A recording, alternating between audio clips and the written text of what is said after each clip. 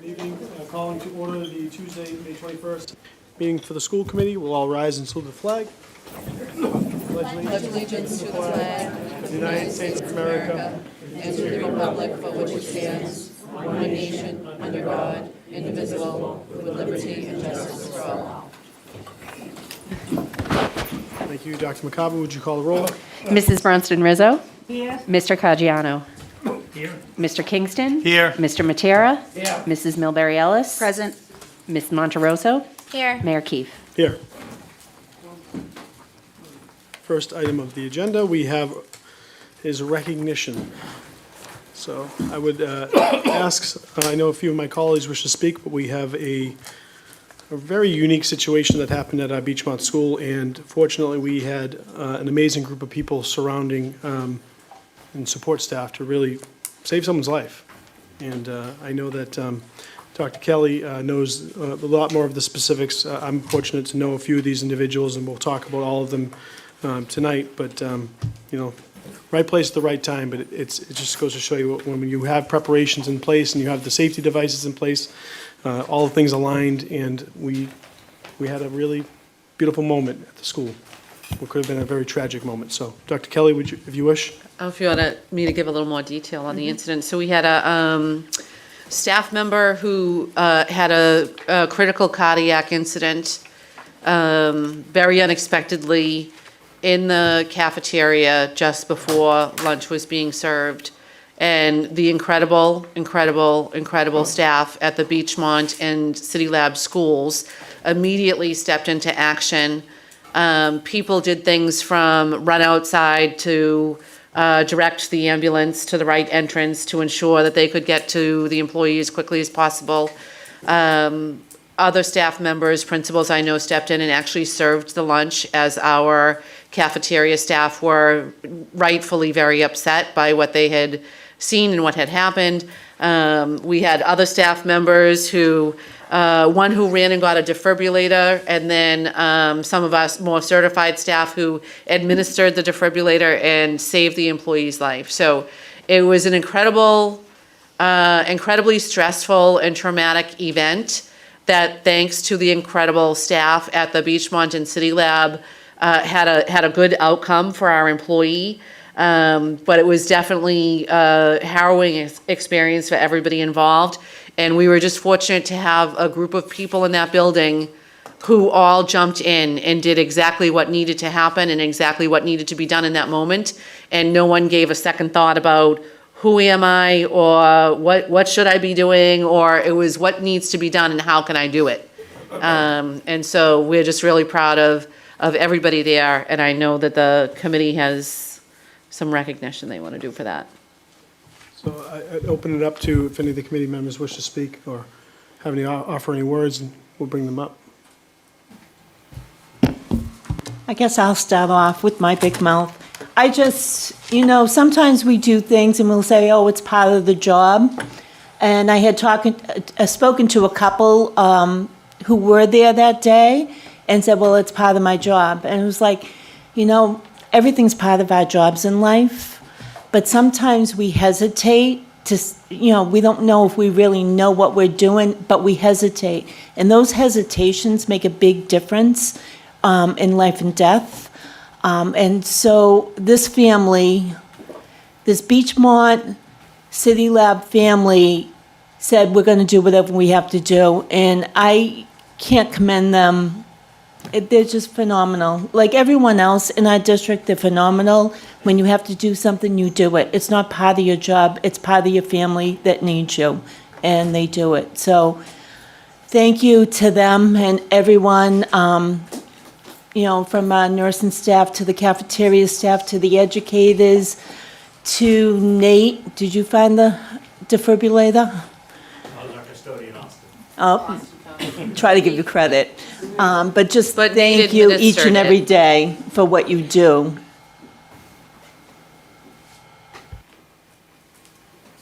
No, I think it's just a matter of doing what you're supposed to do because you're there and you care. And that's what we're in the business of doing, caring.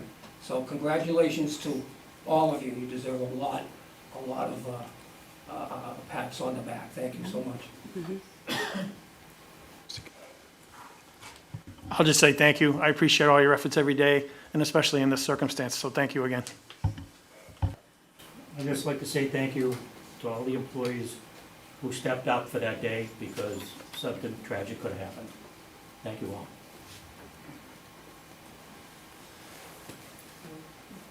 And again, just to kind of reiterate, I see a few names that are a common thread and a lot of amazing things that happen in our city. I don't want to single anyone out.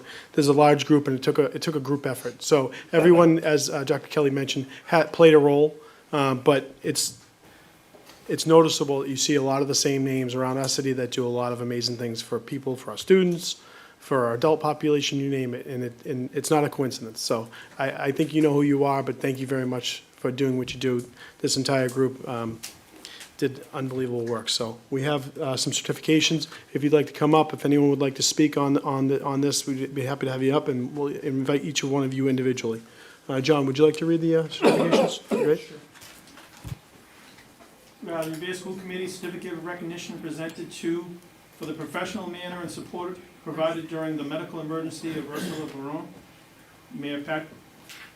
Mayor Patrick Keefe, Jr. Chair, Stacy Bronson Rizzo, Anthony Caggiano, Treasurer, John Kingston, Secretary, Anthony Matera, Aisha Milbury Ellis, Jacqueline Monterosso, Vice Chair, Dr. Diane Kelly, Superintendent. Awarded the 21st day of May, 2024. Want me to read his name?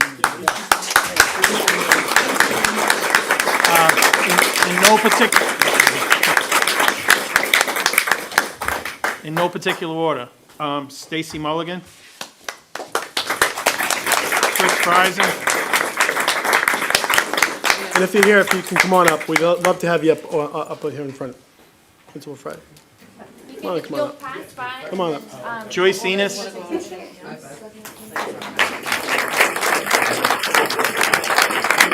Don Camo, Chris. That's Joyce. We ask that you stay up here for a picture. Don Camo, Thank you very much. Austin. Devino? No. Casey Lavodi. Nate Dory, I see Mr. Dory.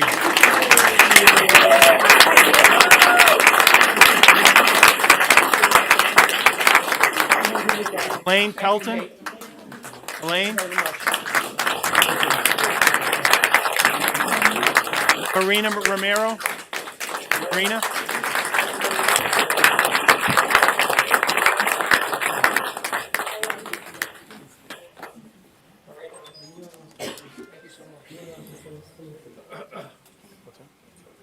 They forgot Angela, the nurse. Oh, he's not done. Oh, sorry. No, you're fine. I didn't forget him. No? Not here. We Not here. will make the decision. Our apologies. Angela, come on.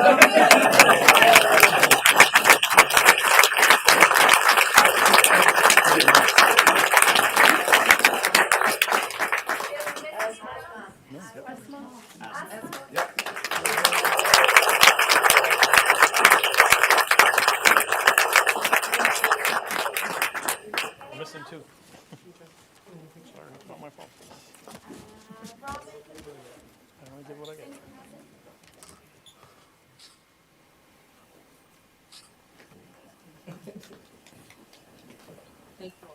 Thank you all.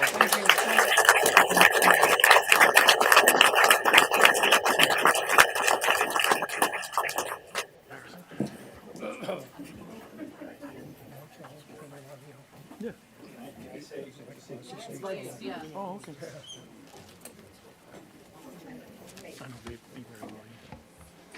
So I want to give, special credit to Nate and Angela, who did an unbelievable job.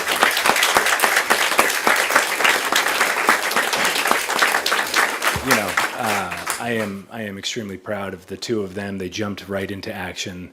The rest of us were there, but you two were heroes, and Austin as well. The three of you really just jumped right into action, and it was probably one of the scariest moments of my career.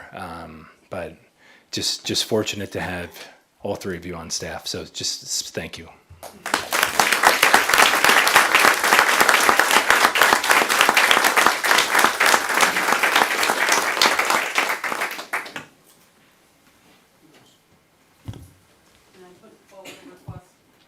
Ms. Cole? What I would love is just to take a video of everyone and say hello to Ursula, because lots of us have visited her. She's doing extremely well and going home on Friday. So what I would love is just a video and everyone just say hello, because they know it'll mean the world to us. On three, everyone's going to say hello, Ursula? Ursula. Get well, Ursula. Okay, 1, 2, 3. Get well, Ursula.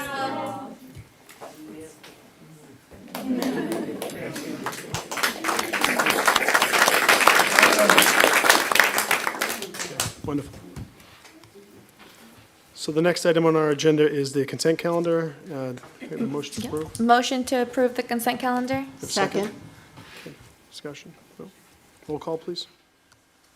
Mrs. Bronston Rizzo? Yes. Mr. Caggiano? Yes. Mr. Kingston? Yes. Mr. Matera? Yes. Mrs. Milbury Ellis? Yes. Mrs. Monteroso? Yes. Mayor Keefe? Yes. We have the student representative report. All right. First thing before I start off this report, I just want to say that as the 2023-2024 school year comes to a close, my fellow student rep, Raihan Ahmed, although he was supposed to be here for his final meeting before going off to college, unfortunately he could not be here today, but it's been a great year. And excited for what's to come. He is off to Stanford, so yeah. Not gone just yet. Not gone So we're just gonna yet. bring him back. We'll try to bring him back. All right, so now we can get started on the student rep report. So we can begin with talking. Do we have it? Screen. Yep, it should come up in 1 second. Okay. Paul, can we switch to the shared screen? There we go. Okay, lovely. Unfortunately, that's the best I can do. I'm having some technical difficulties here. No worries, no worries. Okay, so going on to our first slide, we have our club highlights. Now that we are approaching the end of the year, a lot of clubs are finishing up. For example, the Feminist Empowerment Movement, is hosting their end of year party, celebrating a very successful year of feminist empowerment and also having a senior send-off. Speech and Debate had their car fundraiser just a week or so ago and were formally recognized for their hard work for the Speech and Debate year at City Hall. Model United Nations just concluded their Northeastern University trip for Rising Leaders Model United Nations Conference just Friday of the past week. And our RHS is hosting our very own multicultural night after our end of year award ceremony on May 29th. So, imploring everyone here to come and attend because there's going to be a lot of fun things that are going to be happening and get to learn about a ton of new cultures. Okay, so moving on to voting of student representatives. Now that this year has come to a close, according to Massachusetts law, schools should have a student advisory board that consists of 5 members. We have the law quoted on one of the slides. So essentially what that means is that in the previous year, we have elected our student representatives through Student Senate, within Student Senate. However, this year we are changing that so that we are doing a full school-wide election for our next student rep. So any students at Revere High and City Labs can run to become to join the Student Advisory Board, which will be consisting of 5 members. Along with that, we are looking to getting student reps from City Lab High School to come and be a part of the school committee to make sure that all voices in Revere count regardless of what school you go to. So that is something that we will be working on by the end of the year. Moving on to the last part of this presentation, although we have been doing a lot this year, this presentation is going to be a little bit short. We simply just want updates on the mention of accessibility and subtitles, any sorts of accessibility aids, and stuff like that. Earlier, a couple meetings ago, we had asked if it was possible to get both translation and subtitles on these school committee meetings, transcripts on YouTube, and what other areas that it's being streamed on. So we just would like to get an update on that from the committee. Ms. Monterosso. So I'll answer your question first, and then, so we fixed the live subtitles, but we are working to schedule a policies and procedures subcommittee meeting where we can continue that conversation. And that's so that we can kind of discuss this and maybe offer something up to continue the conversation for next school year. And then when it comes to the changes to the student representation, we'll also have that on the agenda for the policy subcommittee meeting. So I'll let the student council know when we have that set in case y'all want to come to that. Okay, lovely. Any other members? You excited for little summer break? I'm so excited. I finished everything. I'm burnt out.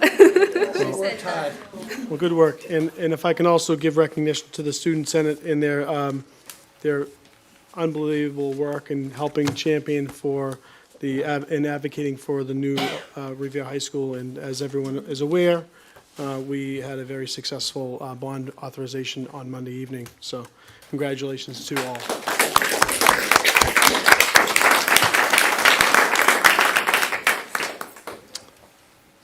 Next up is the public speak portion. So I'm gonna go get the sign-in, and then what we do is we will call people in the order of the school committee sign-in sheet.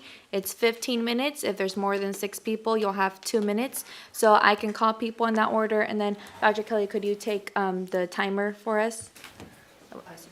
Okay. Sounds good. Or someone can. Let me grab the sheet.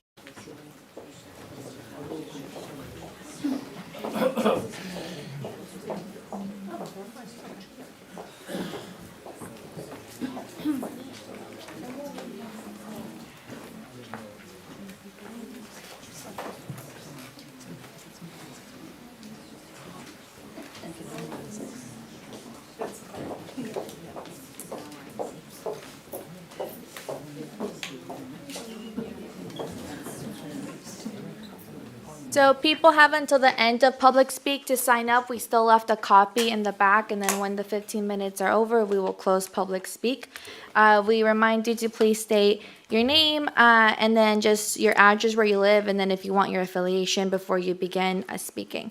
So first up is Michelle Irving.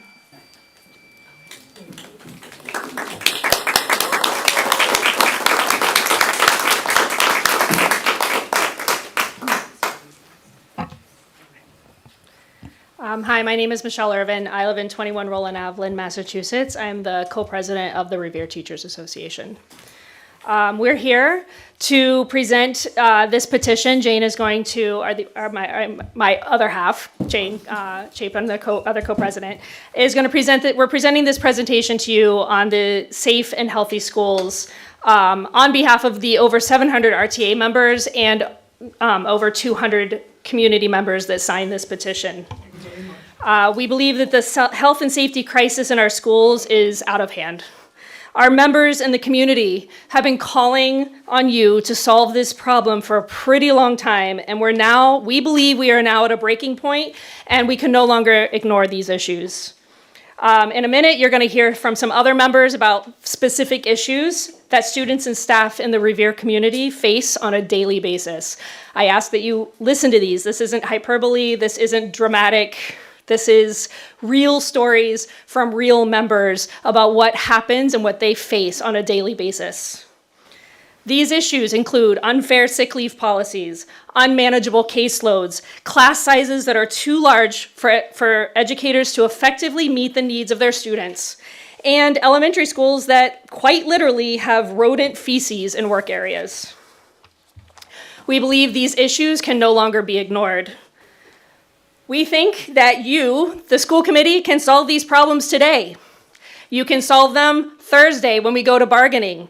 We brought these issues up in bargaining and you rejected them.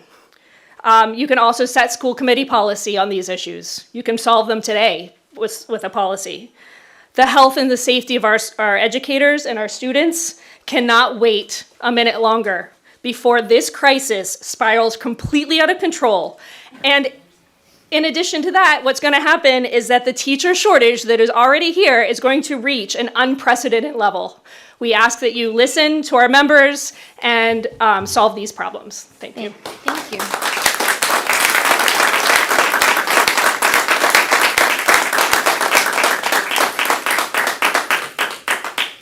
Also, if I mispronounce your name, please correct me. Next is Jessica Ganu.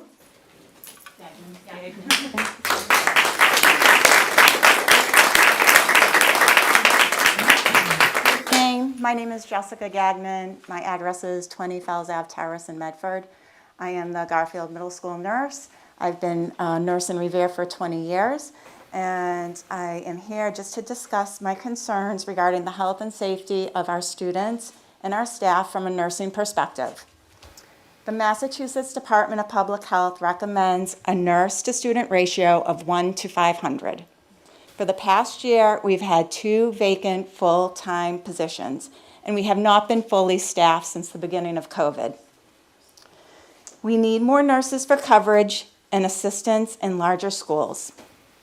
The nursing department is a small group that does not have sufficient numbers to cover when a nurse is sick, has a personal day, or there are field trip needs. In order to staff our schools, the default has been floating nurses from 2 nurse buildings when necessary. As the Garfield Middle School nurse, I have been responsible for both the elementary and the middle school 12 times. There are over 1,200 students at Garfield. The West Revere complex has had to cover the school with 1 nurse 10 times, and they also have 1,200 students. And the high school, with a population of 2,100, has been understaffed with 2 nurses 36 times thus far. These numbers are more than double what the state recommends. To provide some context to our workload, in the month of April, which had 17 school days, the district had over 4,000 nurse office visits. A school nurse sees students for a variety of issues, but some of note include medication administration, monitoring chronic health issues such as asthma and diabetes, evaluating school injuries, substance abuse assessments, psychological issues that have manifested into physical ailments, and this month, responding to a cardiac emergency. As the health experts at our school, we have other responsibilities, which include being part of the school emergency response team. Jessica, that's time. 10, okay. Thank you. I'm sorry. Thank you.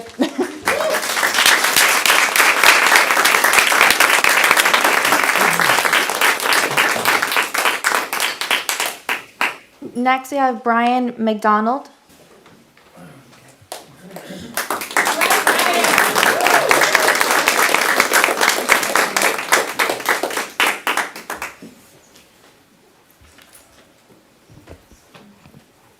Hi, folks. My name is Brian McDonald. I live at 33 Laurel Street in Somerville. I've been a teacher in Revere at the Garfield for the last 16 years. I'm an intensive special education teacher. I'm here to talk about the fact that, talk about safety.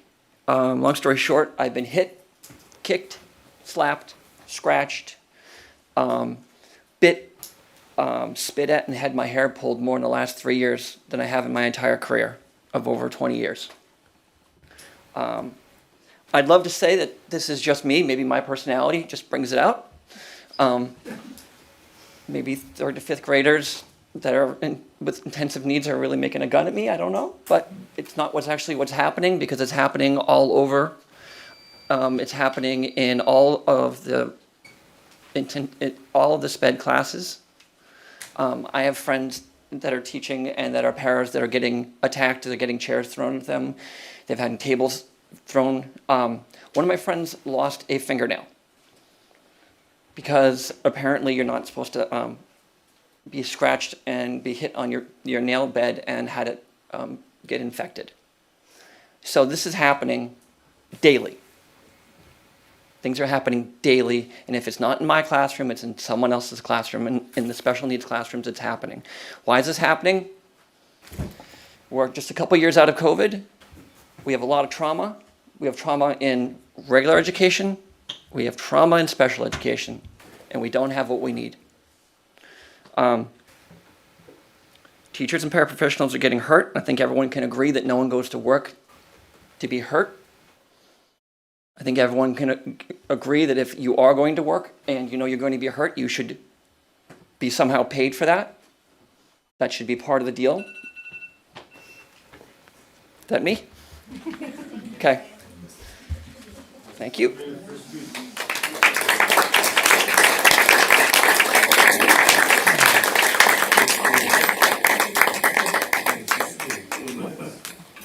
Next is Marissa. Don't worry about it. Okay, great.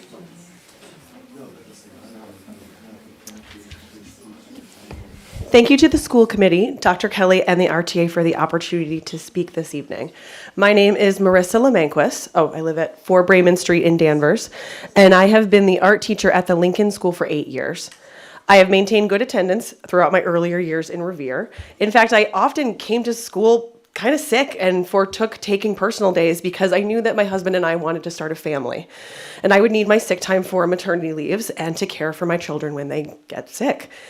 My son was born in January 2020, and due to COVID, he did not get exposed to much in his first few years. My daughter was born a year ago.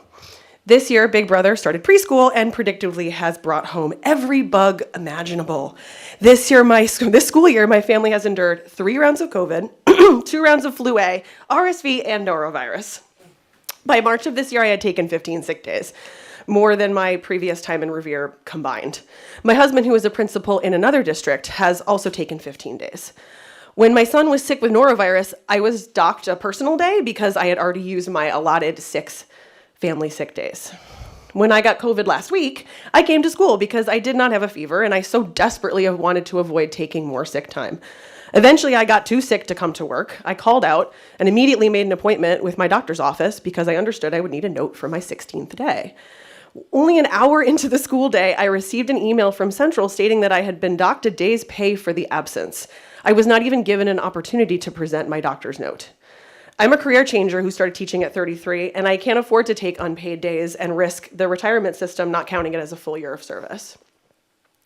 After all this, when my 1-year-old daughter then contracted COVID, I, the breastfeeding parent, could not take time off to care for her because I have no more family days. It seems there was no point in me not coming to work when I was sick for all those years because even though I have the sick time, according to the current policies, I am not allowed to use it to care for a family member. I did meet with Dr. Kelly today, and she did remove the unpaid day, but the policies should be revised so that I can take care of my own family when they get sick.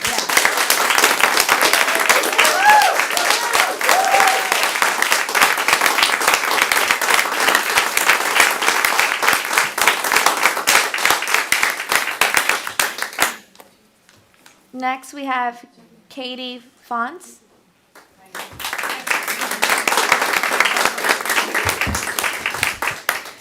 Hello, my name is Katie Fonts. I live at 7 Preston Street in Malden. This is my first year as an ESL teacher at Revere High School. I've been an ESL educator for 9 years, working across multiple grade levels with experience teaching in China, Thailand, and Boston. Based on my experience, I'm here to urge the Revere School Committee to commit to our union's proposals to ensure we have healthy, safe schools in the Revere community. I've seen my fair share of dysregulated students in my 9-year teaching career. However, with confidence, I can say I've never experienced the sheer amount of dysregulation discrimination I've seen during my time here at RHS. At first, these behavior issues were minor, phones not put away, backtalk, refusal to work, but as time went on, behaviors continued to escalate. I had gum, pencils, papers thrown at me and other students. I've had students swear at, insult, and harass me and other students. I've seen a student try to attack another student with a stapler. I've had a student rip down the pride flag in class, claiming it was a Nazi flag, and another use homophobic slurs. One student made sexually suggestive motions in class twice. All these experiences are from my co-taught English class with 2 adults in the room, and still behavior is nigh unmanageable. Obviously, these behaviors are not conducive to a productive, healthy learning environment. In some ways, though, instances like these are here and there to be expected. What I did not expect was the administration's lack of a response to set clear behavior expectations and boundaries. Those homophobic incidents, administrators told me the students claimed they didn't happen. Apparently, teenagers are incapable of lying when they get caught. No consequences arose from them to my knowledge. Sexual aggression in class, the student was back in the room 5 minutes later. Instead of providing much needed support, admin seemed keen to pass the blame back to me whenever possible.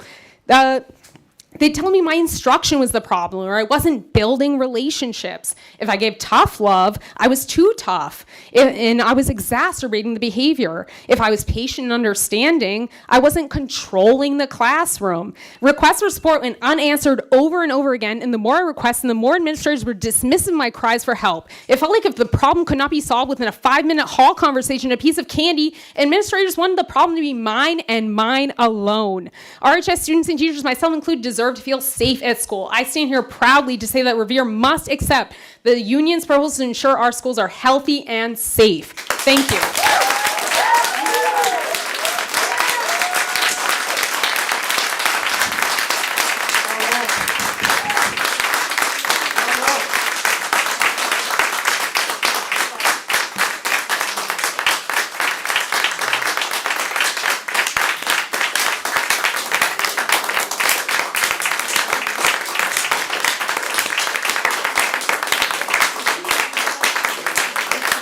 Am I calling the next person?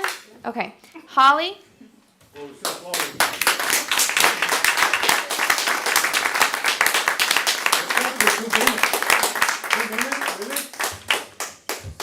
My name is Holly Correa. I live at 37 Prospect Ave in Winthrop. I've been teaching in the Revere schools for 25 years. I teach 5th grade. I'm here to talk about rodents, sewage, and facilities. Whether it's rodent feces in the Beachmont, rats around high school, or sewage at Garfield, our students' learning conditions and our educators' working conditions need to be the top priority of the school committee. Time and time again, our members bring these problems to the union from across the district. We hear them all the time, and we often remind our members that they are not isolated incidents. We tell our members that they should not feel alone with this massive health and safety problems they are facing in their schools, because this is not singular problems. These are not singular problems. These are serious institutional problems in RPS that require investments, resources, systematic problem solving. I want to just describe a few problems with health and safety at just a few of our 11 work sites across RPS. At Beachmont and City Lab, during one incident, the stench of a dead, some undetermined rodent underneath the building was so debilitating it was talked about for weeks on end and is still remarked upon to this day. Mice running through elementary school classrooms while students present and actively having instructional time. Dead mice found underneath kids' chairs during school. It has interrupted our learning time with our classrooms. Mice feces have been found throughout the HVAC system. Grass outside the school is often left uncut, cause students to be bitten by bugs during recess, which then brings their frustration and discomfort back into the classroom. The list goes on. At the Garfield complex, the issue of sewage has become such an endemic problem, it has occurred year after year.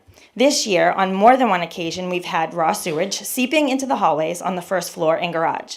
The stench was horrific, and on one occasion, we all had to be dismissed early because it was unhealthy and unsafe to remain in the building.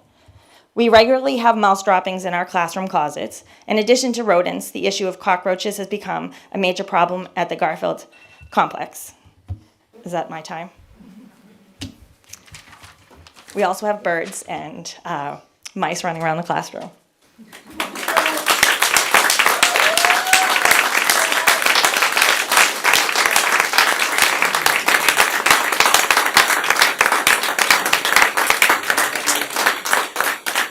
Next, we have Liz Wallman.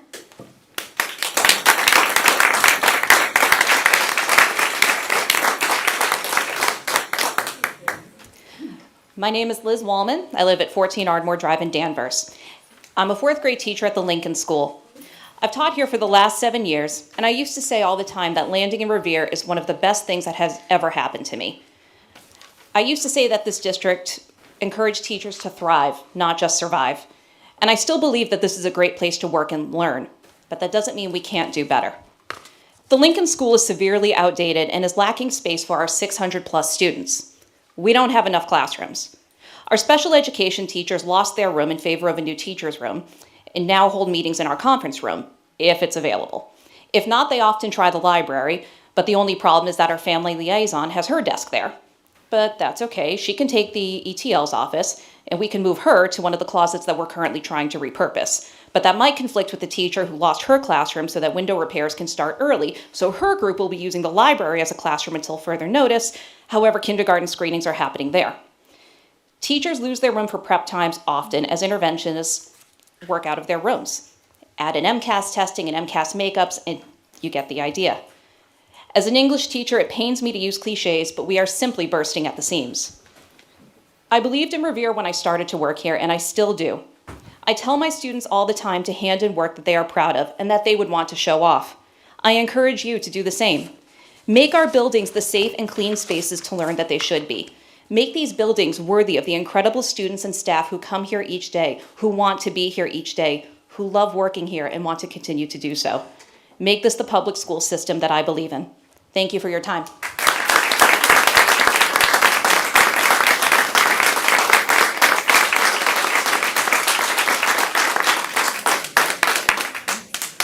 We have 2 more and then we're already a little bit over the 15 minutes, so we'll allow these 2 more and then we'll close public speak.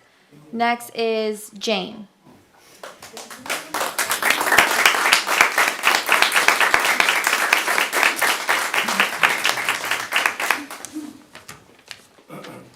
Hi, my name is Jane Chapin. I live at 15 Guild Street, Boston, Mass. And I'm here to talk about the health and safety proposals that we have at the Revere High School.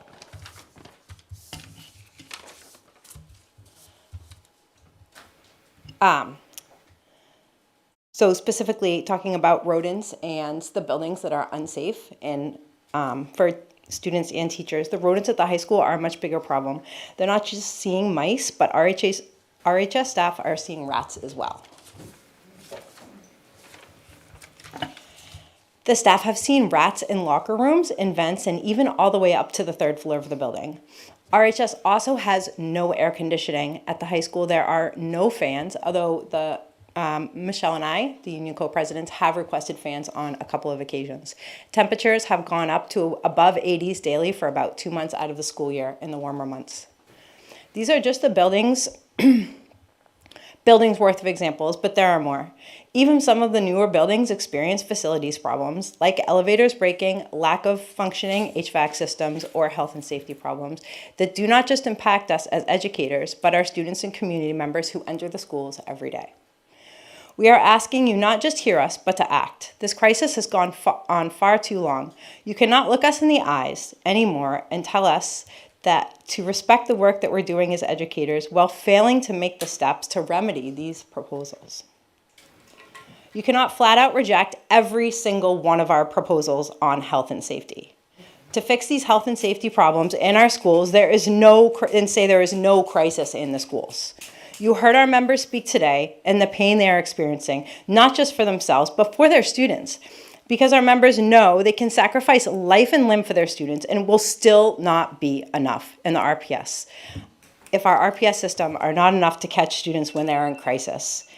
We are far past the point of crisis. This is an emergency. We need you to act, to stop rejecting our solutions, and to start helping us solve these problems.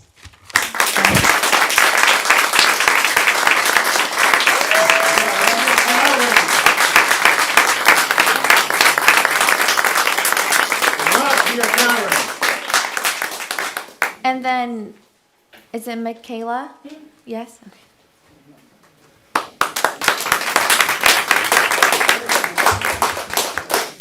Michaela Cerrone, 66 London Street, East Boston. I'm a teacher here at RHS. I wasn't going to speak today at all because I'm only a second-year teacher. I do not have tenure. I'm very nervous right now, but I think it's worth being a little uncomfortable to advocate for my students and other people here at RHS specifically. So I started as a full-time teacher at Revere High School in fall 2022, but prior to that, I was at the Department of Youth Services teaching at a juvenile detention center for youth offenders in Massachusetts. In my almost 2 full school years at Revere High School, I can say with confidence that I felt safer coming into work every day at Juvie. That being said, I just wanted to point out 2 incidents in the past week here at RHS that people in this room may not be aware of. Last Tuesday, while teaching my history class, glass was thrown from the 3rd floor staircase down to the 1st floor, shattering all over the staircase. This was not only putting my students at risk, but was incredibly distracting and concerning to the lesson because we have no idea what's going on. We just hear glass being thrown. Later that day, a fight broke out in the hallway outside the teacher's lounge. I was shoved by a student. I ended up with marks. I don't need to, but I can show you the pictures. And the student bragged to his friends about how he was able to put his hands on a teacher and face no consequences. So sends the message that putting your hands on a teacher is totally okay, totally fine to do at RHS.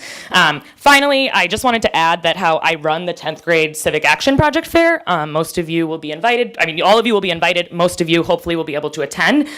We have at least 20 students doing their project on student behavior at RHS, including fights and drug use. So I can tell you with certainty that this is on their minds too. I love this community so much. I did AmeriCorps here. I've been here since 2020. I love RHS. I love my students, but I do not, and these students do not deserve this level of violence.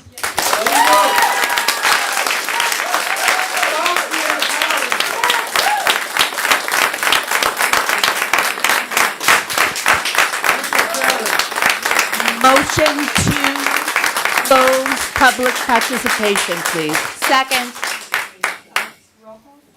Roll call? No?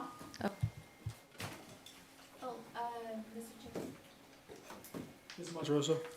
I know we don't have all our members aren't at the negotiation table, so I just want to provide context that we have not flat out rejected every safety proposal. We're even offering, negotiations are still ongoing, and we've even offered up a seat at the safety subcommittee. So just letting you all know that we haven't rejected, we're moving forward. Sir, please let her speak. We let you speak. Uninterrupted, please. Thank you. Don't fail. That was all, Mr. Mayor. I was just providing context to everyone who's not at the table. Thank you very much. Next item on the agenda, superintendent report. Thank you, Mr. Mayor. The first item on the superintendent report is a presentation from our friends at Garfield Elementary School. I'd like to invite Dr. Percy Napier up, who's going to give us a little bit of context and invite his team to talk about their presentation.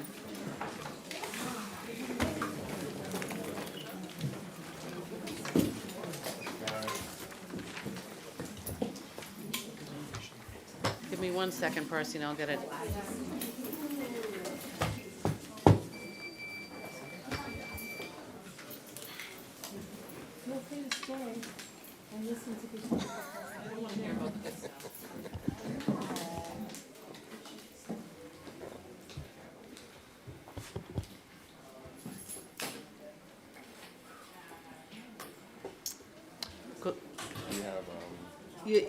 It'll come up on the screen. They're just showing you first so that you can introduce and then.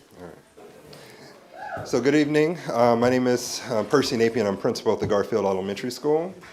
Over the past 3 years, the Garfield School has had the fortune of having 3 amazing counselors who have been working to support our students on a number of issues. And one of these issues that they have noticed is that sometimes students have not yet developed the skills to accurately recognize the magnitude of the social problems they encounter in their interactions with others, and as a result, they may not necessarily respond appropriately. So the team worked to develop a common language and common structure for problem identification taught through a series of structured lessons tailored to the developmental levels of each grade. So that means that students in kindergarten through 5th grade have a common language and a reference point for problem identification. And this is the first year of implementation, but we would eventually like to roll this out to our preschool and our small learning groups as well. So this work helps to support self-regulation. It improves emotional intelligence and helps them to build healthy relationships with others.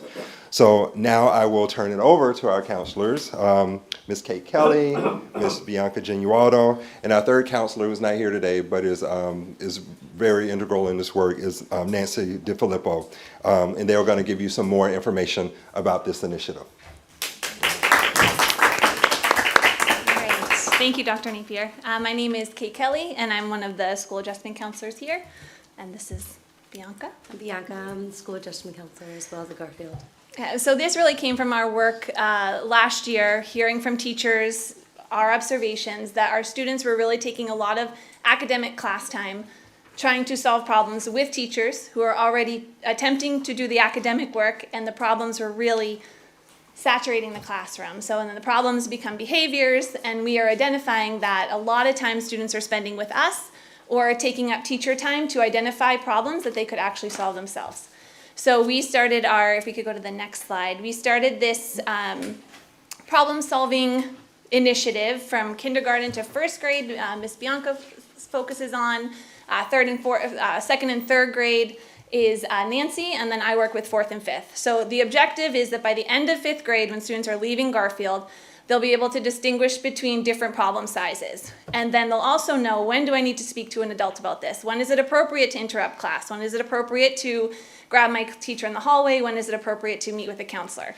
So the aim is really to increase students' ability to accurately identify the size of the problem, increase their ability to identify and utilize problem-solving skills, and then also establish a common language among our staff and students so that it's a common message throughout the building. And as I said, we've developmentally appropriately scaffolded based off of the age of the student. So these are two of our fifth graders. This is their first go at the different problem sizes. So we can just let them. I think so. Oh, it should yeah, it should be the slide. On the slide, it'll play. It's off of the drive. Maybe you can send it to us. Okay, I can send it to you. So this is. We'll watch it. All right, this is Jordan and Steven. They were bribed, so they did get a little treat for their performance, but they were very excited about sharing the different problem sizes. So what they did in their video is they just went through what we're teaching in class. So what the windy size is, the rainy, stormy, and a tornado. Hi, my name is Jordan. Oh. And today we're students from Adopted Elementary School. And we're going to talk to you about an orange as the love zone. And then you go on to tell them. So the first one we'll problem is windy. So windy is a problem. Oh, for Christ's sake. I can send it to you. It's adorable. No, give me another second. Okay. Sorry, this is my lack of technology skills. Hi, my name is Steven. Hi, my name is Jordan. And we're students from Adopted Elementary School. And we're going to talk to you about the love zone problem. Yeah. So the first level of problem is windy. So windy is like a problem, a small problem, something that you can easily fix on yourself. Like you don't need a teacher, you don't need anything. Something like, yeah, in a windy problem, sometimes like whenever like people are like maybe, for an example, like let's say that like someone steals like an orange as a joke, and then you go on to tell them, and then you can handle that. You can just ask for them to give it back. That can also escalate to them not giving it back and stuff. That may. Oh, sorry. I was gonna try to share it with them in it. It's a bit higher, like. Let's go back to the orange. If you take the orange and they don't give it back, you can try doing more strategies saying, please give it back, that I really want that orange, and if you don't, then I'll be forced not to tell the teacher. Stuff like that, not like a ginormous problem. It's still something you can handle. Yeah. Our next one is stormy. That's a higher problem. A little bit like extreme. It's not extreme, but it's a problem. It's a not big problem. It's a problem. Like sometimes it's fixable, but other times you may have to tell the teacher. Yeah. And stormy to me, it's kind of like when someone, I know it's similar to the orange, but like let's say like you're trying to play like with your soccer ball, for an example, they keep just taking it away from you and then laughing at you because they took it away and you can't get it back and stuff. And then the last and the hugest problem is tornado. Tornadoes, like you're in danger, like someone's gonna hurt you, you're gonna get jumped, anything like that. Like if you're in mid danger, then that's it. Yeah, and like it's kind of like when people like start like trying to like want to fight because they think you like because they always like escalate stuff. That small little things like they ended up into like wanting to fight or like saying something or something. And also a tornado, will get your principal, assistant principal, counselor, anyone, any really adult in your school involved, and that can also get led to someone getting hurt calls, suspension, even expulsion sometimes, depending on how big it is. And in conclusion of this,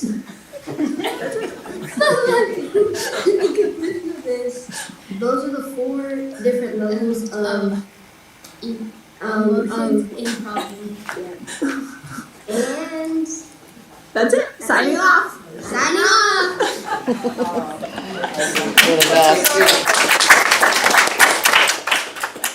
So in short, the 4 problem sizes, if you go to the next slide, it's windy, rainy, stormy, and tornado. So windy is a tiny problem.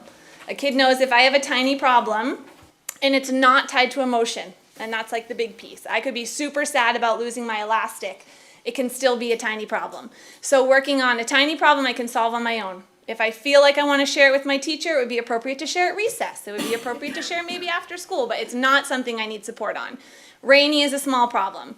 This is really where we focus specifically because this requires problem-solving skills. So when we talk about common language, it's the teacher asking the student, how big is this problem? What is the size of this problem? If it's a rainy problem, you need to pull out your umbrella. Stormy, the umbrella has swept away. The skill did not work. So now I need to bring an adult. Tornado is I go straight to an adult. And I think there's been opportunities at school this year, unfortunately, in our 4th grade class. We lost a student, and it was a great example to the kids that this is a tornado. And it gave kids permission to say, I don't need to have a problem-solving skill for this, because this is too big for me. So it gave them also permission to say, okay, adults, you do your thing, because this is too big. And so it also helps in those situations where in a tornado, you are just looking at the adult. We don't expect you to solve this problem, and we would hope that you would rely on us for this.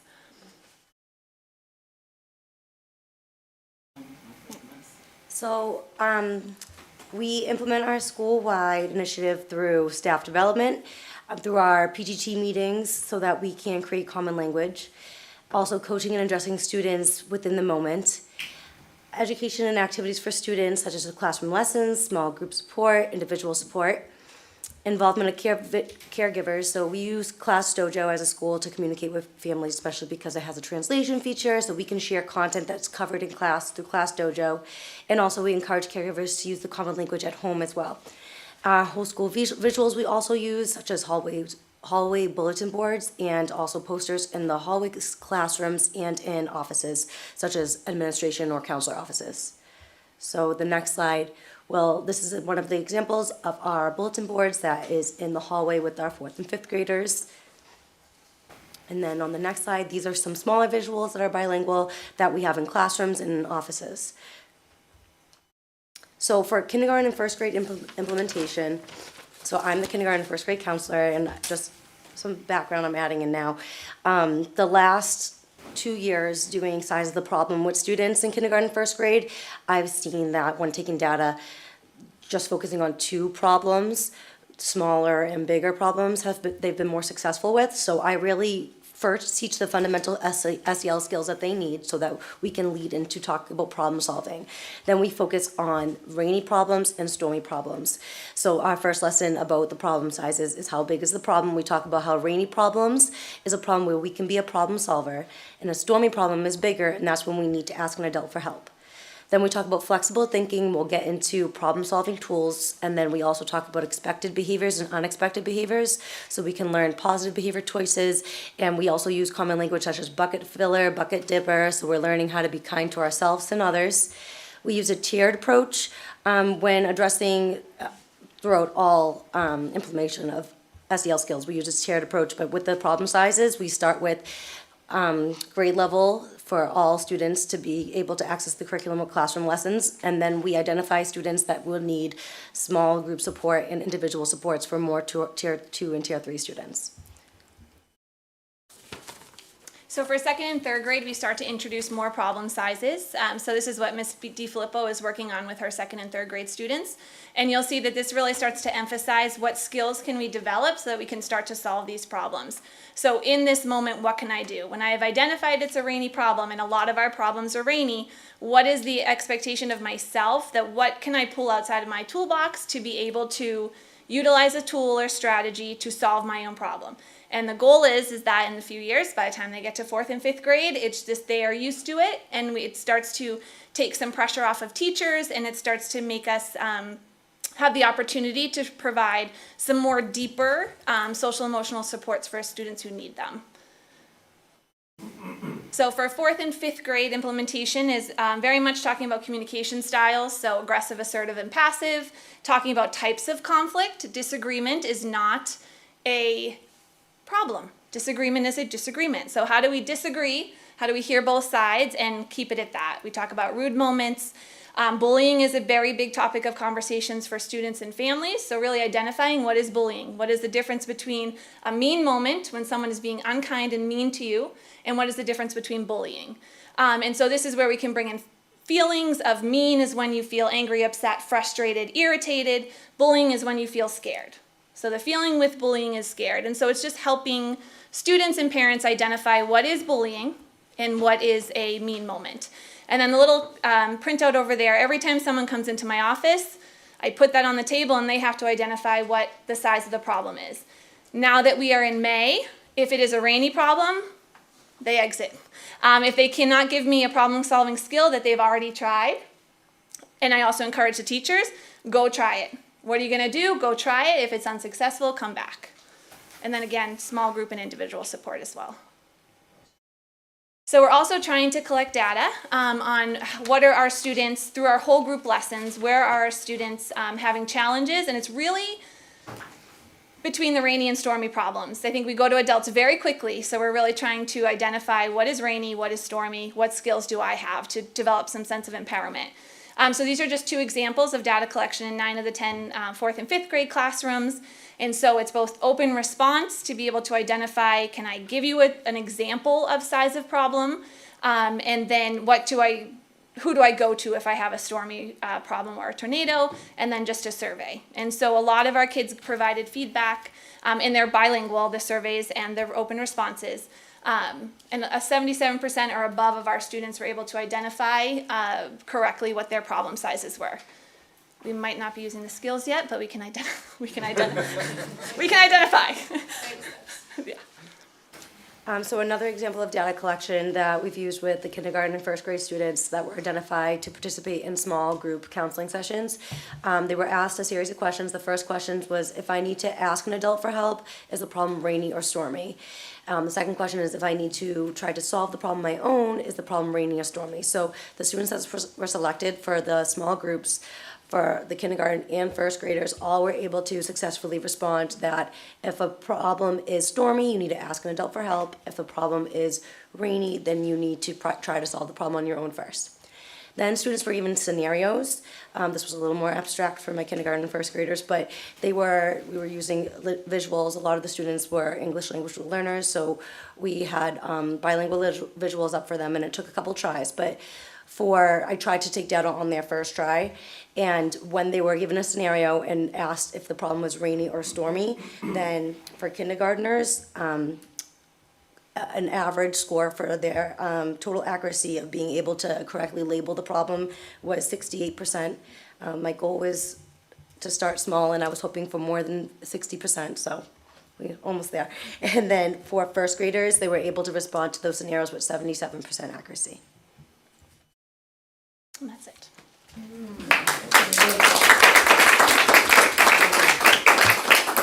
Thank you. I could also add, Miss Milver-Ellis. Sure, I just had a quick question about the last slide. Was the breakdown where it said S1, S2, S3, were those individual classrooms? So sorry, those were individual students, so I take that data as well during my classroom lessons and my observations, but that was data I specifically took for small counseling groups, which were students I identified to be taking like more tier 2, tier 3 students. Okay, I get it, thank you. Thank you. I just think it was very, very easy to understand Wow, great. with the 4 different weather patterns there. I think it was an excellent idea. Love it. I'm going to use it in cabinet. Dr. Kelly and I are sharing a cabinet. We're going to use it. We're going to use it in cabinet. Well, it's definitely, there's definitely a need, right? So it's like we're seeing, you know, the different behavioral issues that we're dealing with throughout the district. So I think that this gives me hope to think that there's some solutions being offered to get these kids to understand, you know, problem solving at such an early age that will carry through, you know, into their more senior grades and throughout their life. So this is good work. Thank you. So I'd like to add, seeing that someone's not paying attention to me down here.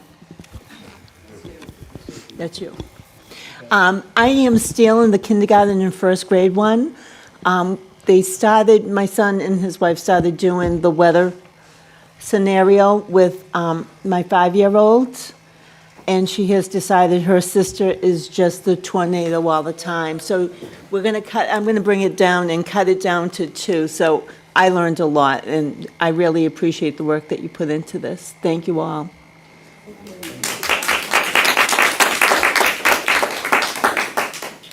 Thank you. Next, we have the guidance department update. Jesse.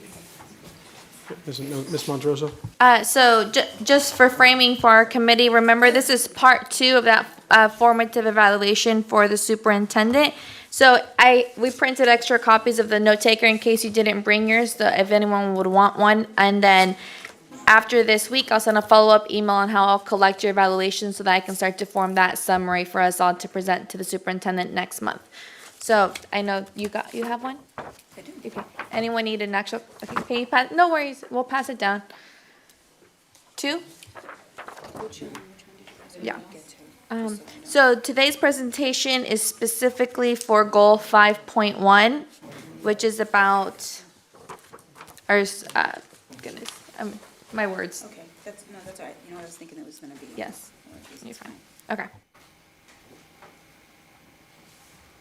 Okay, thank you for that. I just wanted to introduce Ms. Diana Finn, who's our Director of Guidance. I think most of you have met her before, but if not, she does a phenomenal job coordinating with all of our guidance counselors throughout the district, but in particular up here at the high school. And in addition to that, she's overseeing all of the testing, which, as we discussed at previous meetings, has become quite burdensome in the last few years, where the number of students taking access and repeating MCAS and all of that has really increased quite a bit. So without further ado, I'll introduce Mrs. Finn to share some information with us. Thank you, Dr. Kelly. So today I'm going to focus this presentation on progress towards our district goals and guidance.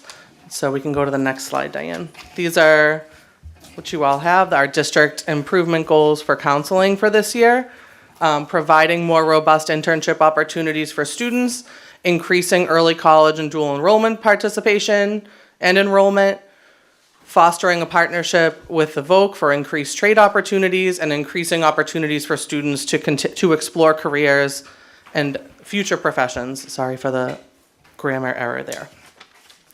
The next slide highlights our 4 external learning opportunities coordinators. So in addition to our 10 counselors at the high school within the student support structure created this year, we're proud to have these 4 professionals focus on specific parts of external learning to work towards these goals. So our internship coordinator, our early college coordinator, our career development coordinator, new this year, and then our early college academic counselor. And some highlights regarding college and career progress this year. In comparison to other years, we've taken a step further in trades and within career panels. We have had, including one tomorrow, we've had over 10 career and alumni panels this year, 15 mini college career and trade fairs. One is Thursday in collaboration with the city. Rather than one large 200 college fair in the fall, which is pre-COVID what we did, we've broken it down so that the mini college fairs, there's one for all of the state schools, there's one for specific majors that our students have identified, like business or education. There's an armed services fair as well as a trade fair, which we're extremely excited about. So we've decided to tailor those, and those are open to, while juniors and seniors are often the students that attend, they are open to all students. We've had over 25 field trips to college and career sites this year. We've partnered with Minds Matter and Passport to College, which work within the school day and outside of the school day with individual and small groups of students in preparation for making the decision for higher ed. And one thing that they do and that we have modeled is the ability to help students with their financial aid. Following the news this year, financial aid has been all over the headlines because of the different platform that the federal government created this year and that colleges are working with. Up through last week and even this week, there are many seniors who are still undecided because their FAFSA needs to be corrected. They're waiting for communication from higher ed. And so we're working with individual students and small groups of students. We've presented in multiple languages to students as well as parents during school and after school. And we're proud to be offering incentives through a grant provided through DESE. I think yesterday we got the funds for that, to offer some rewards for students who have completed the FAFSA, because we know, looking at the data, that when a student completes and submits the FAFSA, they are much more likely to attend a college. And then lastly, our plumbing class was a hit this year. We are working with the VOC on our next steps, whether that's an electrical class next year or a career exploratory. So we are very excited about those opportunities. One thing I did want to share, one of my last slides is about students who are going off to 2- and 4-year schools and how excited we are for them. But we did, this year, one of the community members and business members created a scholarship for a student going into a trade. And when I reached out to counselors about who are your seniors that are going into trades, typically I would get 1 or 2 responses. I got 17 students who had concrete plans, not just I want to be a plumber, but has actual trade school union connection. So obviously, like 1 year of a plumbing program didn't do that, but I do think it speaks to a shift in how we're advising students and not just pushing students to a 2- and 4-year school when maybe that's not their niche. So I think the next slide's internships, Diane? Yes. So internships, we are back to our pre-COVID numbers, which is up over 150 students enrolling in an internship this year. We have started an internship committee and have an internship handbook that has career standards and expectations for portfolios and presentations to make the program more robust. Our internship coordinator has partnered with the Chamber of Commerce over the past 1.5 years or so to develop some more creative, career-centered internships. And while we have many students within our K-8 schools, we continue to look for meaningful connections within the community outside of education. And then we're proud, this is I think it's the 4th year since COVID started, that we have the high school education grant through DESE, where high school seniors are paid hourly to go out into the K-8 schools and make some money while learning about education as well. All right. So early college and dual enrollment, last year I came in here, we were so excited to be awarded our early college partnership grant with North Shore Community College, and we had just recruited our first cohort of students, and that cohort of students last week just finished their first 2 college courses, Intro to Higher Ed and Intro to Speech, here at the high school. And so for this first cohort, they will be enrolled in 12 more credits next year. Cohort 2, which is current freshmen. So let me back up. That first cohort right now, they're finishing their sophomore year. Their junior year, they'll take 12 credits. Cohort 2, those are 9th graders now. And so recruiting is about halfway done. We recruit through first semester of sophomore year to give students the opportunity to hear about it if they didn't hear about it from presentations, and through their freshman advisory program. Our next steps are really to celebrate cohort 1, recruit cohort 2, and build out supports at the high school as well as North Shore to support students as they take higher level classes. Next year, students are taking Intro to Comp and World History first semester. So we know as the rigor of these courses amp up, we have to also support students as that happens. And I did just want to highlight the cost saving for students who commit to early college. Just as an example, if a student goes through our program, they can earn up to 30 college credits by the time they graduate. If they go to Salem State, that's almost $15,000 they have saved. All of the courses that students are enrolled in are part of the mass transfer block. And so all of our state schools and UMasses will accept those credits. In addition, there are now new online tools where you can put in where a student takes a course, what the course is, and you can select the college. For example, we went through all of our courses and we picked BU, and so we put through, other than our first course, Intro to Higher Ed, all of the other courses were accepted at Boston University. And so that's some of the kind of back and forth of working with faculty to understand the benefits of this, and that it's not, that early college and AP can exist and be opportunities for all of our students. And so early college is a cohort model. Students take these courses from sophomore through senior year.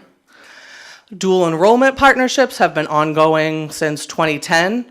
Our current partners are Salem State, Bunker Hill, Ben Franklin, UMass Lowell. I'd like to highlight 2 of those. One is Salem State.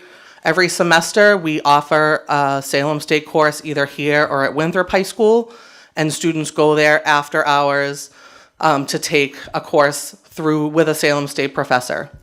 This is our first semester with UMass Lowell, where we have four health sciences courses: Intro to Exercise Science, Nutrition, Public Policy, and Intro to Pharmaceuticals that students can take over the course of junior and senior year, 1 block during their day. It is taught by a UMass Lowell professor in collaboration with a Revere High School teacher. So the 2 days they meet with the professor via, it's like Zoom, but it's called an owl in the middle of the room. And then the high school teacher supplements with work and additional support on the off days. And our next steps, we're proud to be moving towards a partnership with Syracuse University. This is the oldest dual enrollment program in the country. And it's similar to AP, where a teacher goes to Syracuse and is trained for a week or 2 over the summer. And then the Revere High School teacher has meetings and contact with that professor at Syracuse throughout the year as they teach the course.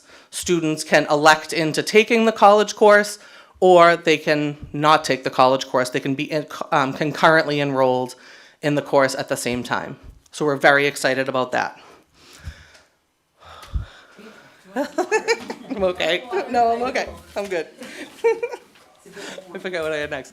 And so these are some of our highlights. I didn't include any of the UMasses or state schools just because they would be 6 pages long. Minus Mass College of Liberal Arts, Old North Adams State, in the top left corner of the state. Seniors have been accepted into all of our state schools 2 and 4 years. So extremely excited about the future of these students as well as those that are going into the armed services, those that are going to work, those that are going into the trades. And we're excited to keep in touch with those students and bring them back to talk about their experiences. So thank you so much.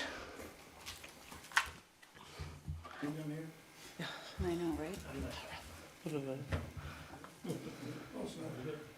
Mayor? Ms. Belrealis? Sure. Thank you, Diana. Two questions. One, do we have an idea, generally, I recognize that list, but do we have an idea of how many of our students are going on to college, whether it's 2 or 4 years, or trade? So I don't have an exact number yet. I would say between 50-55% have a plan to go to a 2 to a 4-year school. How trades work into that, how the armed services work into that, we're unsure. Once we have those numbers, students report those to us in a student survey to their counselors, and then after first semester of their freshman year, we get a report through Edwin where we can say, oh, okay, this student actually landed there and is taking courses. And so that's hard. That's really, it's hard because they're out of our control, but that's really the number that we're interested in increasing. Okay, and then my other question was, what's the difference between the early college coordinator and the early college academic counselor? So the early college coordinator is a new grant-funded position, and they will be the liaison in the face of the program with North Shore. Very little student-facing. The early college academic specialist is working with the students through their advisories, preparing them to make a decision for college. Right now, when students are sophomores, and there are 60 of them, she's working to figure out who can take AP Stats in a 4x4 block with their early college classes, how we can make that work, what makes the most sense for a course progression, a course sequence. And so North Shore has been very collaborative in that and saying, like, we put together a proposal for this is our course sequence, what are your thoughts? They have thoughts about where we're going to have the course and do they have professors to teach a course, things like that. Did I answer your question? Okay. Yeah, you did. Thank you. And, this is great because, I mean, just from last year, all the growth that we're seeing in the various pathways is just impressive. So thank you. Thanks. It's good stuff. Ms. Monteroso, and then I'll go to Mr. Taylor. Amazing. I love it all. Just a reminder for if you have any students who received the Gates Millennium or the Hispanic Scholarship Fund Scholarship, I'm an alumni of both, and I know that it can be tricky once you're already in college. So I'm always happy to connect with any high school alum that we have to navigate both of those big scholarships. I know if you're 25 or older, community colleges are free now. There's a plan for community colleges for recent graduates to be free soon? Or what do you? I think that's the way the state is moving. We try and push as many of our students to take their intro level courses to save them that money so that then if they take intro to comp, they don't need to place into a course. They don't need to take that AccuPlacer as a barrier. They can move right into advanced level classes so they're not taking remedial courses when they do go to the community colleges or to the 4-year schools. I can't speak to the higher decisions, but it seems like that's the way that the state is moving. We feel, we partner with Bunker Hill. They have a high school scholarship that pays for tuition for one high school student who has the highest GPA going to Bunker Hill. They've had that for many years. I've kind of been waiting for them to add more to that, more students to that, but nothing as of yet. I could add more context on the legislative side. So free community college for all was included in the Senate budget version, but not the House budget. And this is a top priority for Senate leadership.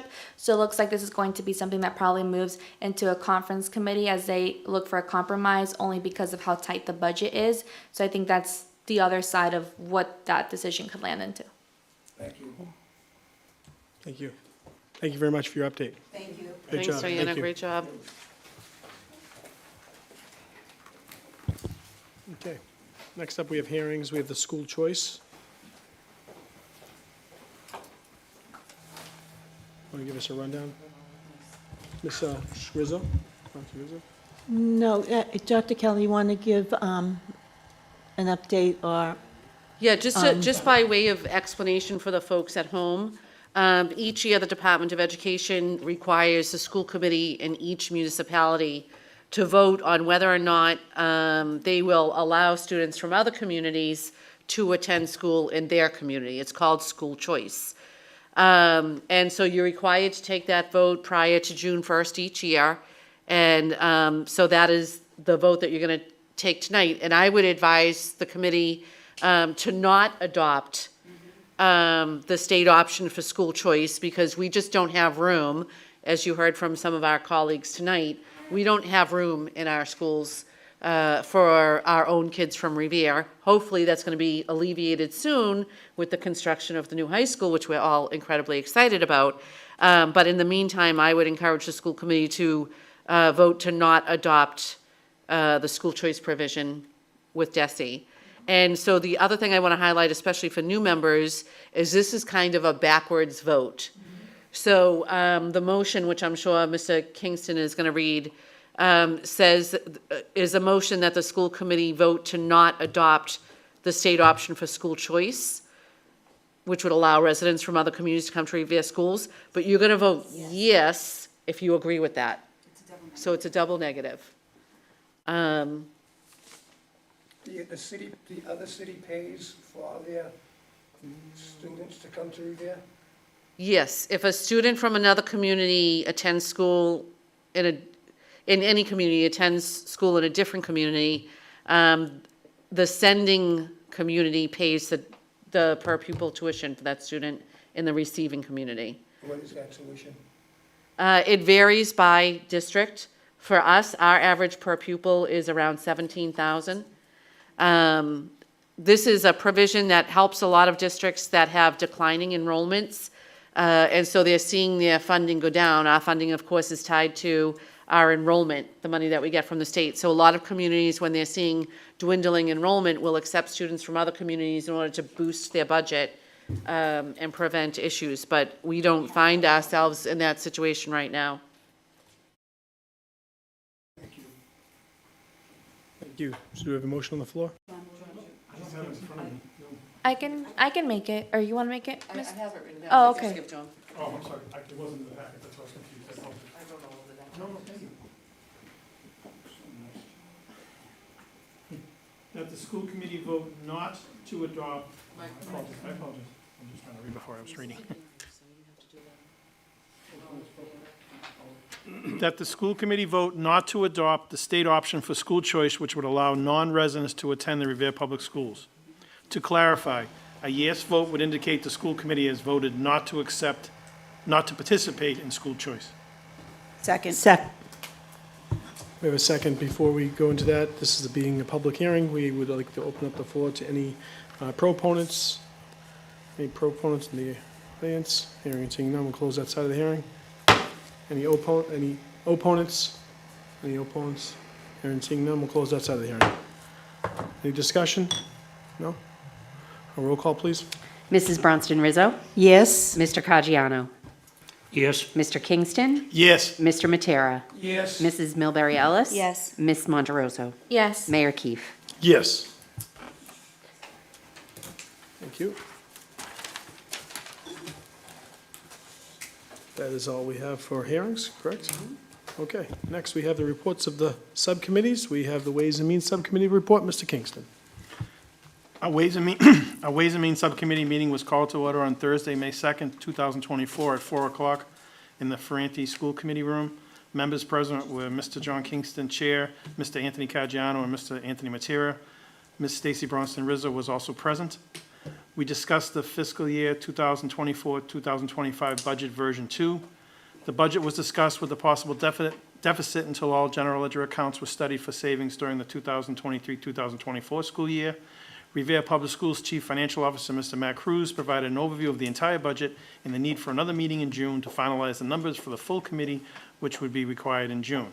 Dr. Kelly provided a list of new positions. Mrs. Joanne Lowett, SBA Principal, was present at the meeting to discuss the need for additional teachers for middle school honors and discussed at length the scheduling issues with implementing the honors program. 12 new teachers would be needed across the district. 12 new teachers would be needed across the district at the middle school level. Mr. Matera brought up coaches teaching at least one class to help with staffing. Dr. Kelly said this would be a change of work and would require contract language. Funding for the 4th student SRO position was also discussed with the subcommittee, leaving the position in the budget. This is the minutes for the meeting of the subcommittee, Ways and Means Subcommittee. Thank you. Thank you for your update, Mr. Kingston. Motion to accept the minutes as read?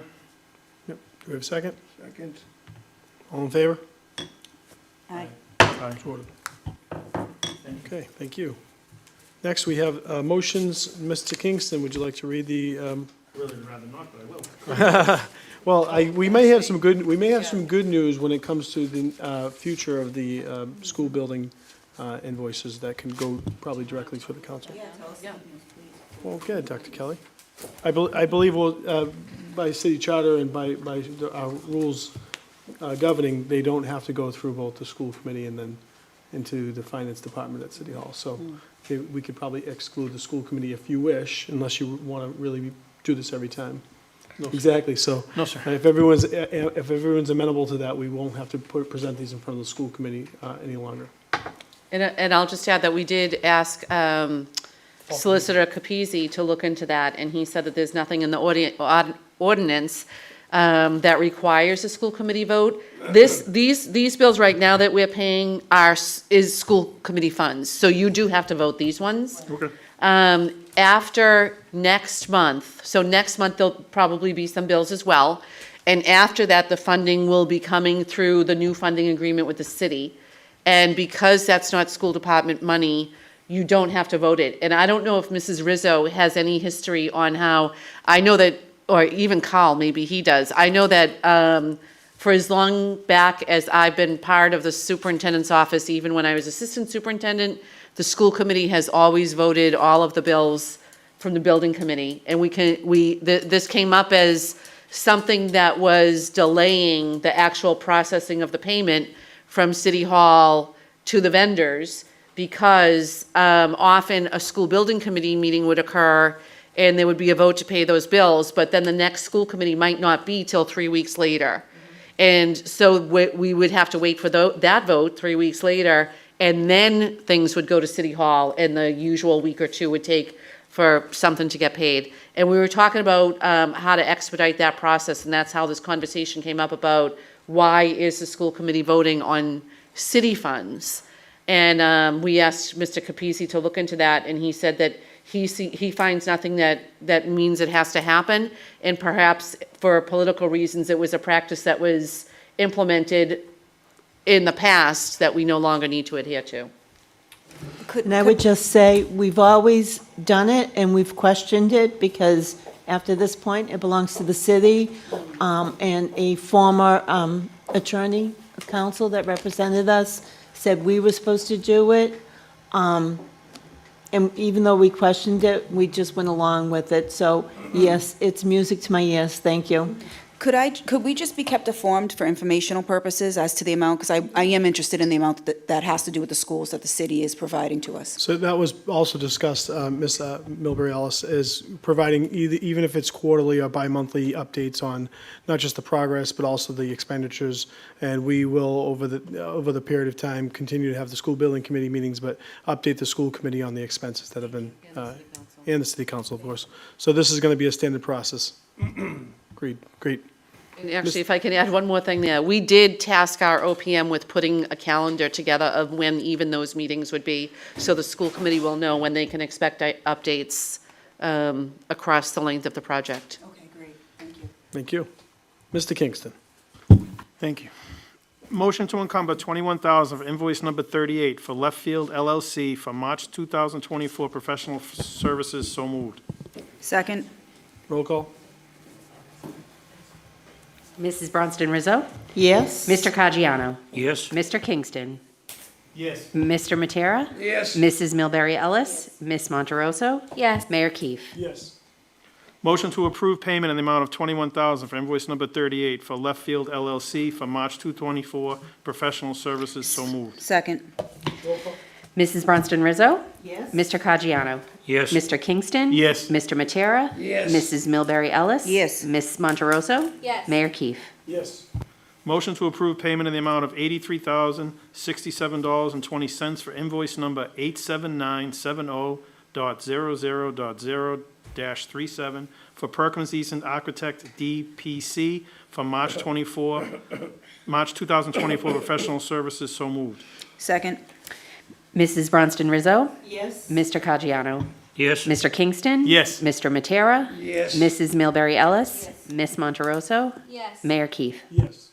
Motion to encumber $83,067.20 for invoice number 87970.00.0-37 for Perkins Eastman Architect DPC for March 24 professional services. So moved. Second. Mrs. Bronston Rizzo? Yes. Mr. Caggiano? Yes. Mr. Kingston? Yes. Mr. Matera? Yes. Mrs. Milbury Ellis? Ms. Monteroso? Yes. Mayor Keefe? Yes. Motion to encumber $25,440 for invoice number 15 for Consigli Construction Company for March 2024 pre-construction services. So moved. Second. Mrs. Bronston Rizzo? Yes. Mr. Caggiano? Yes. Mr. Kingston? Yes. Mr. Matera? Yes. Mrs. Milbury Ellis? Ms. Monteroso? Yes. Mayor Keefe? Yes. Motion to approve payment in the amount of $25,440 for invoice number 15 for Consigli Construction Company for March 2024 pre-construction services. So moved. Second. Mrs. Bronston Rizzo? Yes. Mr. Caggiano? Yes. Mr. Kingston? Yes. Mr. Matera? Yes. Mrs. Milbury Ellis? Ms. Monteroso? Yes. Mayor Keefe? Yes. Motion by Mr. Caggiano and that the school committee prioritize the expansion of the high school's collaboration with the Northeast Vocational Technical School in the FY25 budget. Second. Discussion? Please?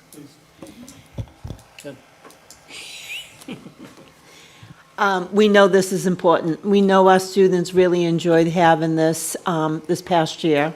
We know we need to gain more career technology placements for our students. But I also want to remind everyone, as much as this is a great priority, we also heard how we have a shortage of nurses, and we're supposed to be one to every 500 by the state. So I would also say that is also a strong priority here. I'm sure there's many priorities, but we need to keep in mind when we're talking about safety, we're talking about our students' wellness, and just everyday-to-day lives. Let's not forget the priority of our nurses. Thank you. Mr. Caggiano? Thank you, Mr. Chair. I'm all in favor of this project. When I first got elected in 2020, I had my first eye-opener after the admissions process, how many kids were on the waiting list. It was amazing. So that summer, I sat down with the superintendent, we had many meetings, and I basically said, we can't go through this. We need a plan. And so this was about a year and a half in the making to have the plumbing program. So it has gone very, very well. I sat down with the committee 2 weeks ago, and they approved an additional program if Revere wants it. It got so much attention within the committee, now all 11 communities want the same thing we have. So it's a great program, and I want to thank Mr. Mayor for giving everybody summer jobs, so we can, show these people show everybody what they learned. Thank you. Thank you, Mr. Caggiano. Anyone else? Yeah, I would just briefly add that we all recognize the importance of the trades, and it's in that same breath that I would say that, we also recognize our obligation to teach students in the way in which they deserve to be taught. And I think that goes hand in hand, that there are students that are definitely more, agreeable to learning a trade than they are academically inclined. And that is very much our priority, and I think our responsibility as well to provide those opportunities. So I'm grateful that the plumbing program was as successful as it was, and I fully support, any and all trades that we can establish in the school. I mean, Mr. Caggiano said the wait list, I think, of the applications from Revere students, not necessarily, for an interest in trades, but clearly it's there, was over 300 I mean, it's just crazy, so this is 360, okay. So this is all good stuff, that's all. I'm just voicing my support for it. May I? Mr. Matera. As much expansion that we can to this program, I'd like to see, whether it be adding electrical, whether it be adding more to the plumbing, but the more, the better. Because kids are not gonna just go to college. They need something, and if the sooner they get the experience, or at least that bug, that being in high school, the better, so that they can pursue it in the future. Thank you, Mr. Caggiano, Can I say for your hard work. Mr. Matera, don't forget to turn on your microphone so that the public can also hear you.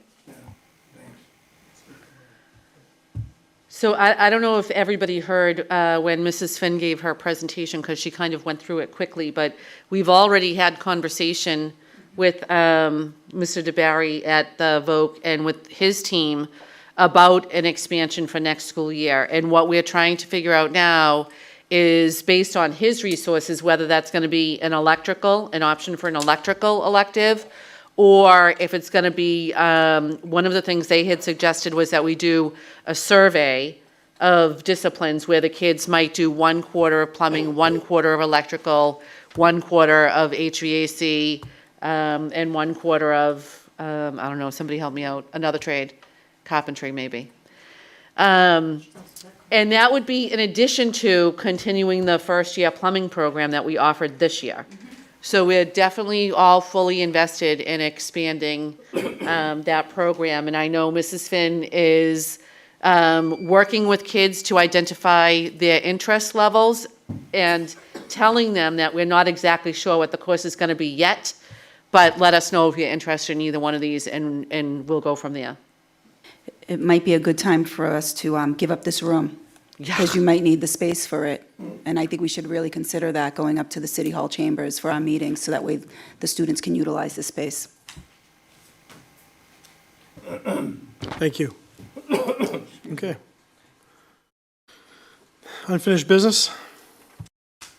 Mr. Kingston? Sorry, we didn't do a roll call on the motion. Oh, on the motion. Can we do a roll call? Do we need to repeat the motion? All in favor? Opposed? So ordered. Okay. Okay. Unfinished business. On the grading practices, my understanding is that I brought this up before, and, but I want to bring it up again because I don't think we fully addressed it. Basically, at the high school, some teachers were told to increase the students' scores by 50%, by 50 to help them if they've failed or had issues. What I would like to see is that the practice will continue to the rest of the year, I'm sure. I'm not questioning that. What I would like to see is that go to the policy committee work on that, and then bring it to the full school committee for us to vote. We never voted on that policy, that grading policy. And I'd like to see, again, the policy committee work on it, and I'd like to see the school committee vote on it. Thank you. So I think one of the things that we have to work on in our retreats is what is school committee policy and what is a practice that we use in the schools. So the decision about having a minimum score of 50 actually came from teachers who were frustrated when kids would have such a low average that there was no hope of their recovery, and their grade was so low that they became a nuisance in the classroom for the remainder of the semester or the remainder of the year. And teams of teachers, that did not include me, got together and developed the grading practices that are now implemented. There was one team for lower elementary, one for upper elementary, one for middle school, and one for high school. And I believe that that decision belongs with that group, and it's not the kind of policy that a school committee should be deciding.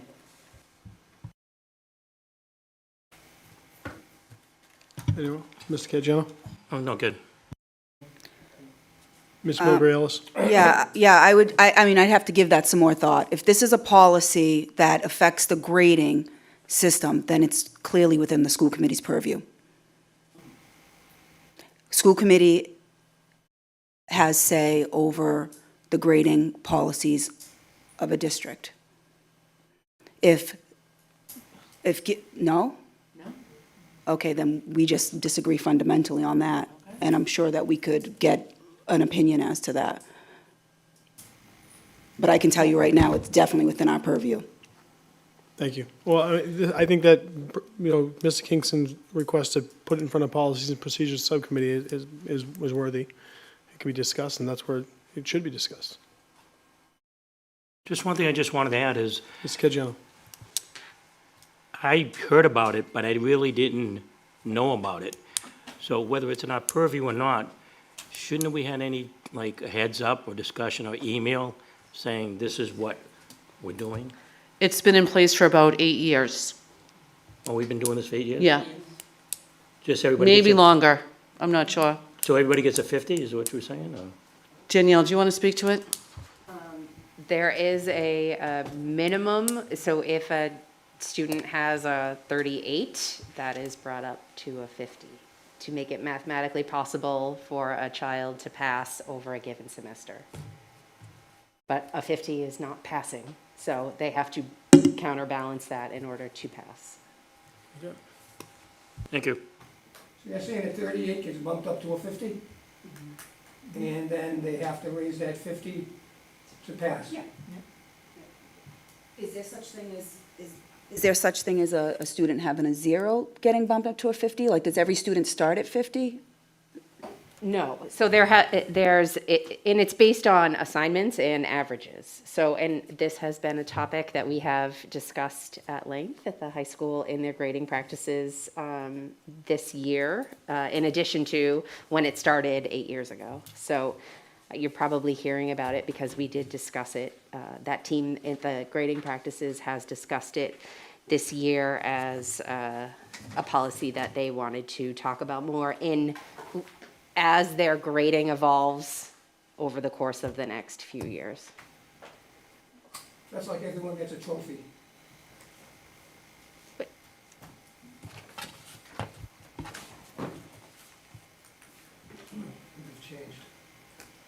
I think we need more information about the practice and in preparation for our subcommittee meeting. Mr. Caggiano. No, I just wanted to, I wanted to talk about something else in unfinished business, or are we through with this? Sure, we good? I was just wondering, what's the status on the portable trailers, the portable classrooms? I believe they offered to a design firm. They have a design firm on board who's currently working on the designs. And as soon as that's done, it'll go out to bid for a contractor to actually do the construction. Kyle, anything I'm missing there? They hired the city's architect. Yeah. I believe they'd be starting as soon as they get their purchase order. Yeah, thank you. Any other unfinished business? Any new business? No new business? No executive session? We have a motion to adjourn? So moved. Do we have a second? Second. Roll call? All in favor? All in favor? Aye. So ordered.